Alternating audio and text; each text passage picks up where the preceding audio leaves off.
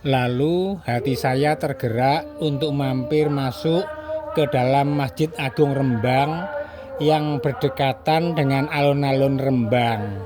Itu artinya Sunan Kalijogo yang berada di pesarehan Kadilangu Demak, Jawa Tengah, pastinya tahu kalau saya dalam perjalanan ke Klenteng Lasem akan menerima titah dari Dewi Samudra alias Makco Dien Siang Singbo di Klenteng Cuan Kiong Lasem. Beliau memberikan amanah kepada saya untuk menyuarakan dukungan kepada Presiden Jokowi agar bisa kembali mimpin NKRI yang ketiga kalinya, yaitu sampai periode tahun 2024 hingga tahun 2029.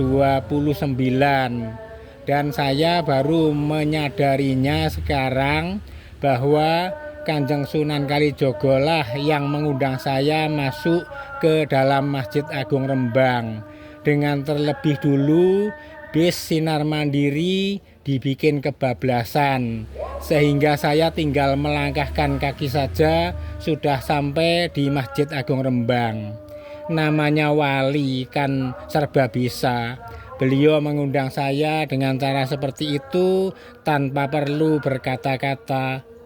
Padahal saya sering banget pergi ke Klenteng Lasem, tapi ya baru sekali itu bisnya mengalami kebablasan sampai alun-alun Rembang, baru kondekturnya menginformasikan.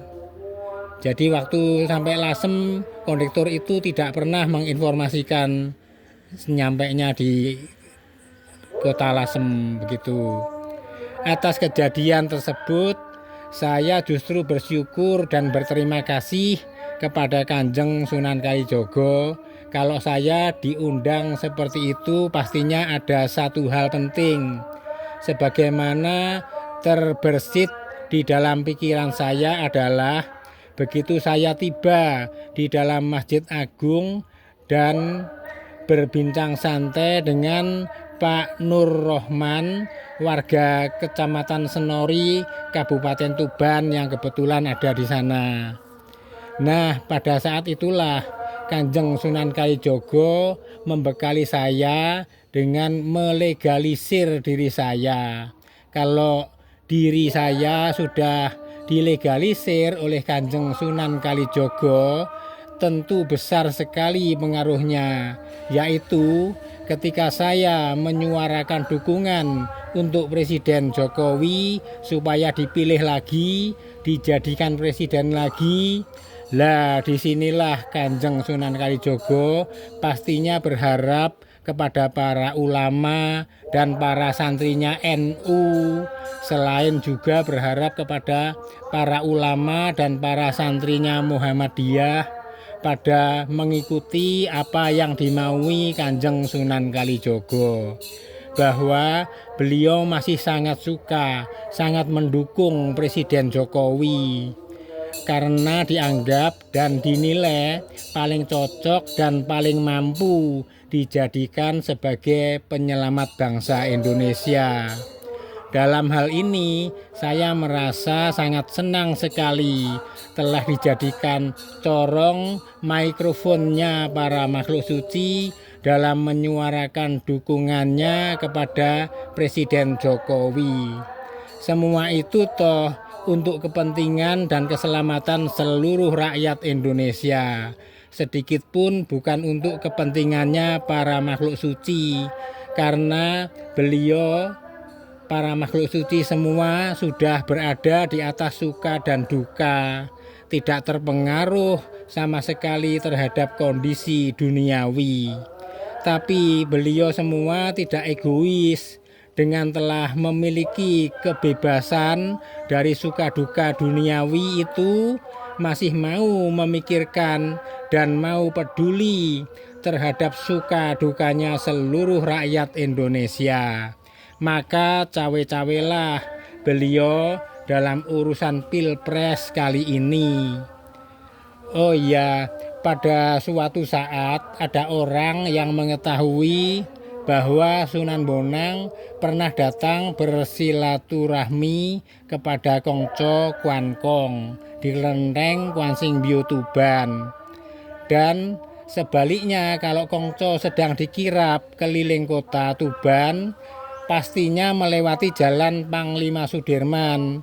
Dan pada saat sampai di titik tertentu, yaitu titik yang segaris dengan pesarehannya Sunan Bonang, itu Kim Sin atau patungnya Kongco yang dikirap tiba-tiba saja langsung mogok, berhenti dulu sampai beberapa waktu. Setelah itu baru berjalan lagi. Lah itu tandanya Kongco menyempatkan mampir singgah sebentar di pesareannya Mbah Sunan Bonang, berbincang santai ayem-ayeman sejenak, begitulah kira-kira. Saya pribadi punya pengalaman begini.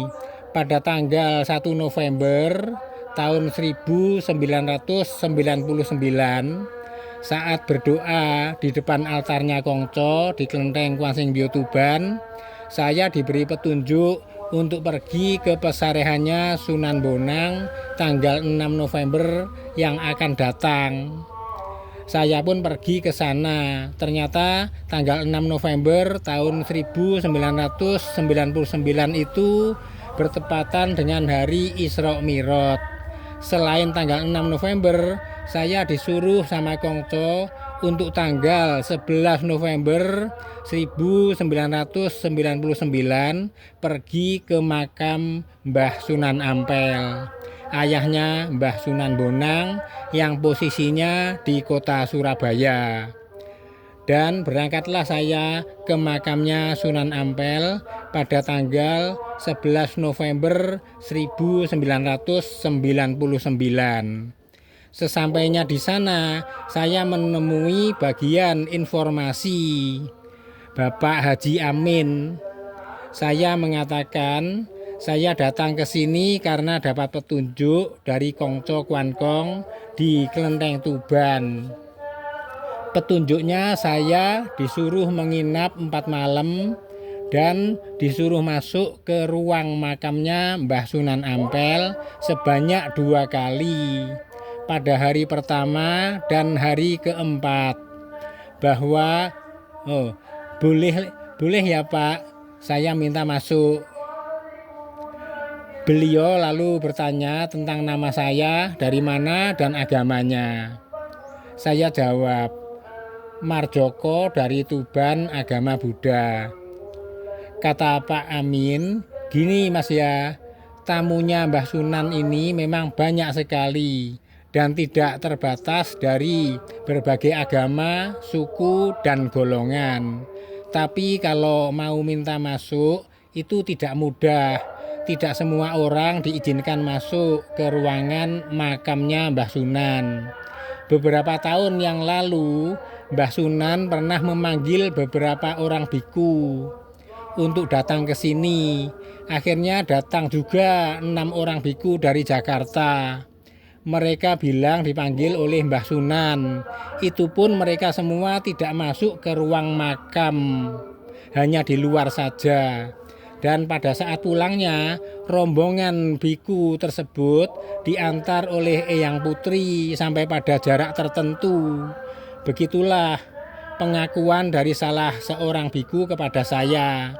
Saya menceritakan semua ini dengan apa adanya, tidak berani menambahi atau mengurangi. Maka Mas cukup di luar pagar saja, itu sudah sama.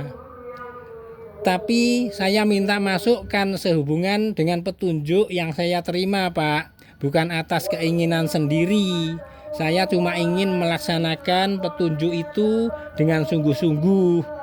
Kata Pak Amin, iya saya tahu maksudnya begitu.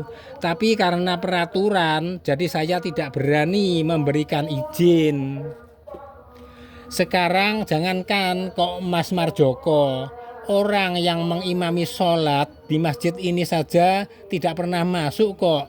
Kalau tidak percaya, lihat saja nanti selama Mas berada di sini.